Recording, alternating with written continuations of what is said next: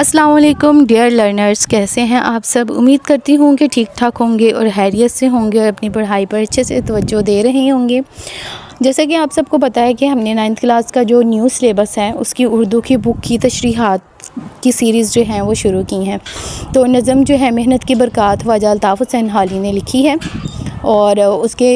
بند number 2 کی آج ہم تشریح کریں گے۔ بند ہے: بہت ہم میں اور تم میں جوہر ہے مٹی، خبر کچھ نہ ہم کو نہ تم کو ہے جن کی۔ اگر جیتے جی کچھ نہ ان کی خبر لی، اگر جیتے جی کچھ نہ ان کی خبر لی، تو ہو جائیں گے مٹی کے مٹی میں مٹی۔ یہ جوہر ہے ہم میں امانت خدا کی، یہ جوہر ہے ہم میں امانت خدا کی، مبادہ تلف ہو ودیعت خدا کی۔ ڈیئر لرنرز، اب ہم جو ہے ان اشعار کی 1 by 1 تشریح کریں گے، کیونکہ ایک بند میں 3 اشعار ہوتے ہیں، تو ہم ان کی تشریح کرتے ہیں۔ پہلا مصرع ہے: بہت ہم میں اور تم میں جوہر ہے مگر مخفی۔ مخفی کا مطلب ہوتا ہے چھپے ہوئے، یعنی انسان کے اندر بے شمار خوبیاں، صلاحیتیں، ذہانت، نیکی اور کردار کے جواہرات موجود ہیں، مگر یہ جوہر اکثر چھپے ہوئے یعنی مخفی ہوتے ہیں۔ ان کا شعور یعنی کہ سمجھ ہمیں نہیں ہوتی۔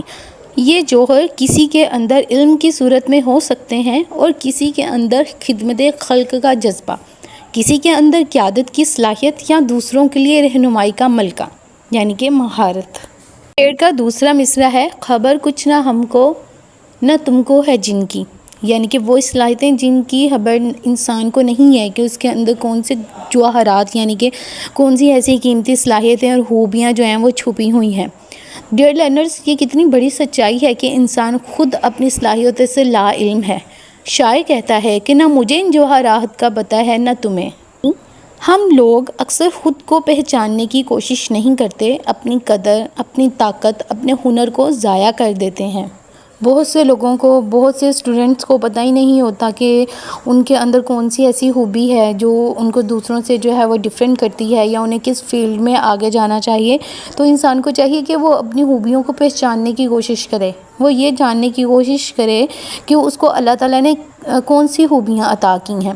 تو اس شعر کی تشریح میں آپ سورۃ الحجر کی آیت جو ہے اس کا ترجمہ لکھ سکتے ہیں: اور میں نے اس آدم یعنی کہ آدم میں اپنی روح پھونکی، یعنی کہ انسان کے اندر خدا کی روح کی جھلک ہے جو اسے بلند مقام عطا کرتی ہے۔ اس کا یہ مطلب ہے کہ اللہ تعالیٰ نے ہی انسان کو اتنی اعلیٰ خوبیاں عطا کی ہیں۔ ان میں سے کچھ خوبیاں جو ایسی ہیں وہ اللہ تعالیٰ کی ذات میں موجود ہیں، تو اللہ تعالیٰ نے اپنی ذات کی کچھ جو صفات ہیں وہ انسانوں میں ودیعت کی ہیں، یعنی کہ انسانوں کو دی ہیں۔ تو ہمیں ان کو پہچاننے کی کوشش کرنی ہے، ان کو جاننا ہے کہ ہمارے اندر کون سی ایسی خوبیاں اور صلاحیتیں موجود ہیں۔ ظاہر ہے انسان کو جب اپنی خوبیوں اور صلاحیتوں کا پتہ ہوگا تب ہی وہ ان کو استعمال کر کے کسی مقام پر پہنچ سکے گا اور دوسروں کو بھی ان سے جو ہے وہ فیض یاب کر سکے گا۔ یہاں پہ شعر نمبر 1 کی تشریح مکمل ہو گئی ہے۔ امید ہے کہ آپ کو اس شعر کی تشریح جو اس کا کانسیپٹ ہے وہ سمجھ میں آ گیا ہوگا۔ اب ہم اس بند کے دوسرے شعر کو دیکھتے ہیں، جس کا پہلا مصرع ہے: اگر جیتے جی کچھ نہ کچھ ان کی خبر لی، اگر جیتے جی کچھ نہ کچھ ان کی خبر نہ لی۔ یعنی کہ شاعر اب تنبیہ کر رہا ہے، یعنی کہ وارننگ دے رہا ہے کہ اگر ہم زندگی میں جیتے جی اپنی صلاحیتوں کو پہچان کر ان کو استعمال نہ کریں، یعنی اگر ہم نے ان جواہرات یعنی کہ جو ہماری صلاحیتیں ہیں، ہماری قیمتی چھپی ہوئی صلاحیتیں ہیں، ان کو بروئے کار نہ لایا، بروئے کار لانا مطلب استعمال نہ کیا، تو ہو جائیں گے مٹی کے مٹی میں مٹی، یعنی کہ یہ جوہر، یہ صلاحیتیں ہمارے ساتھ ہی مٹی میں دفن ہو جائیں گی۔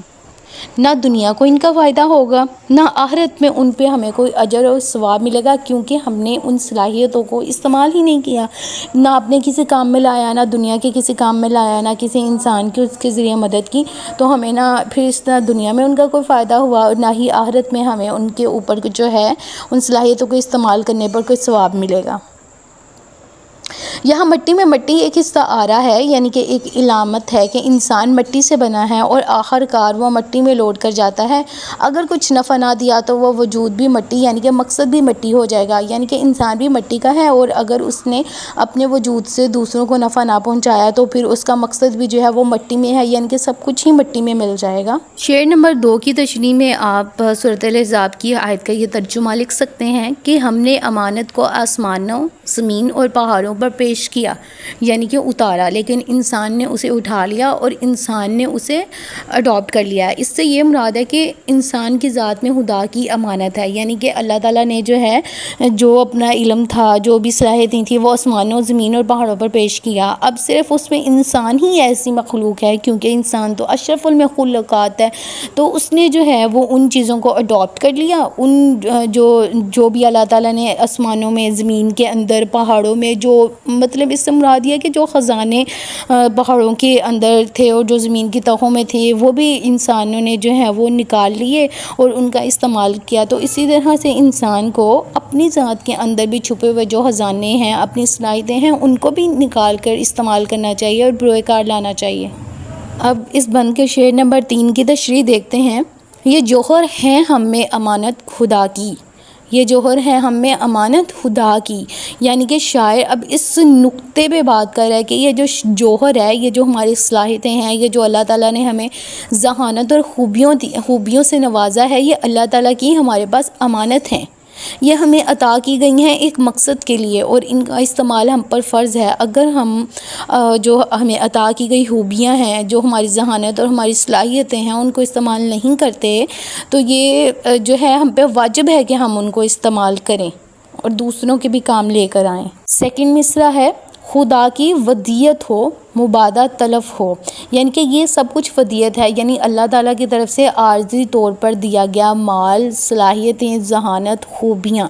اور اگر ہم نے اس امانت کو ضائع کر دیا، یعنی کہ تلف کر دیا نا، تو یہ خیانت ہوگی۔ ظاہر ہے ایک جو آپ کے پاس امانت ہے، آپ نے اس کو ایز اٹ از اگلے پرسن کو لوٹانا ہوتا ہے، لیکن اللہ تعالیٰ نے جو یہ امانت ہمیں دی ہے، جس میں ہماری ذہانت ہے، ہماری خوبیاں ہیں، ہماری صلاحیتیں ہیں، تو وہ ہم نے کیا کرنا ہے کہ اگر ہم ان کو استعمال نہیں کریں گے، ان کو دوسروں تک نہیں پہنچائیں گے، دوسروں کے لیے وہ فائدہ مند ہم نہیں بنیں گے، تو یہ جو ہے وہ ان خوبیوں کو اور وہ جو صلاحیتیں ہیں ان کو تلف، یعنی کہ ان کو ضائع کرنے کے مترادف ہوگا۔ اب اس شعر کی تشریح میں نا ہم یہ شعر ایڈ کر سکتے ہیں جو میر تقی میر کا ہے، مت سہل ہمیں جانو، مت سہل ہمیں جانو، پھرتا ہے فلک برسوں، تب خاک کے پردے سے انسان نکلتا ہے، یعنی کہ جو انسان ہونا ہے نا وہ آسان نہیں ہے، ٹھیک ہے۔ ایک انسان جو ہے صحیح معنوں میں انسان تبھی کہلاتا ہے اور وہ آشکار ہوتا ہے اپنی خوبیوں، اپنی صلاحیتوں کے ساتھ زمین کے پردے سے باہر نکلتا ہے، تو انسان ہونا آسان نہیں ہے، اور انسان اصل معنوں میں وہی ہوتا ہے جو اللہ تعالیٰ کی عطا کردہ خوبیوں اور صلاحیتوں کو استعمال کرتا ہے اپنے لیے، اس دنیا میں رہنے والے انسانوں کے لیے فائدہ مند ثابت ہوتا ہے۔ تو ڈیئر لرنرز، یہ مولانا الطاف حسین حالی کی جو نظم ہے آپ کے سبق میں انکلوڈ، محنت کی برکات، تو یہ اس کے بند نمبر 2 کی تشریح ہے۔ اس میں 3 اشعار ہیں اور تینوں اشعار کی تشریح کو اچھے طریقے سے سمجھانے کی کوشش کی گئی ہے۔ امید ہے کہ آپ کو اس کی اچھے سے سمجھ آ گئی ہوگی۔ پھر بھی اگر آپ کو کسی نقطے کی وضاحت درکار ہو تو آپ اس ویڈیو کو کمنٹ باکس میں درج کر سکتے ہیں۔ اس کے علاوہ اس کے جو مزید جو ویڈیوز ہیں آپ اس چینل کی پلے لسٹ کو جا کے وزٹ کر سکتے ہیں، آپ کو مل جائیں گی۔ اور اگر ویڈیو پسند آئی ہو تو اس کو لائک کریں اور پیارا سے ایک کمنٹ ضرور کریں تاکہ مجھے پتہ چلے کہ آپ کو ویڈیو کی سمجھ آ رہی ہے، لیکچر کی سمجھ آ رہی ہے۔